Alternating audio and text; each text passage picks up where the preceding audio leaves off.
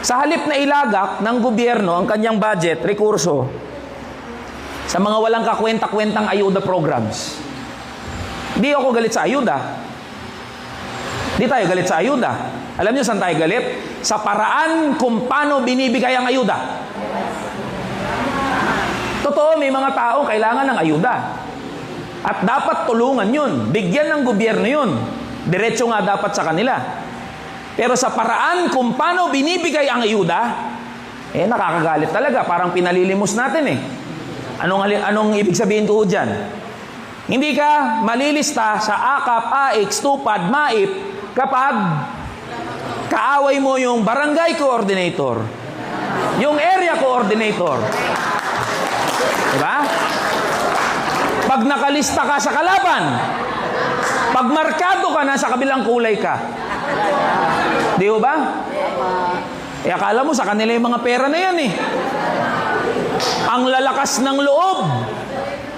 Kung makapangako ng ayuda, akala mo galing sa bulsa nila yung pinamimigay nila. Pera ng taong bayan yan. Kinagagalit natin, puro na lang ayuda ang programa ng gobyerno. Dapat ang nililikha pang matagalan. Trabaho, oportunidad. Tama ho ba? Hindi daw napupolitika ang pamimigay, kalokohan ho yun. Hinahamon ko nga si DSWD Rex Gatchalian Secretary Rex Gatchalian. Sabi niya, hindi napupolitika ang ayuda. Hinahamon ko siya, online. Sabi ko, sige Secretary, mamili ka ng barangay, sasamahan kita, ipakikita ko sa iyo paano napupolitika ang pamimigay ng ayuda.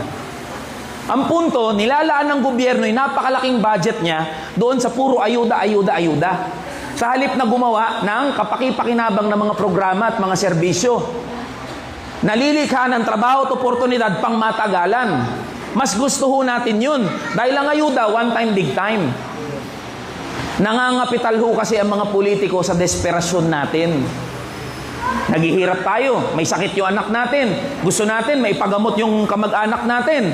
Sa halip na bigyan na agad ng pondo yung ospital para hindi na kailangan pumila, ang gagawin ng mga yan, hindi. Dadaan muna sa congressman. Tama ho ba? Pipila kayo ng 3 hours, 4 hours. Bibigyan kayo ng guarantee letter. Pagbukas nyo ng guarantee letter, kalahati nun, muka ng politiko.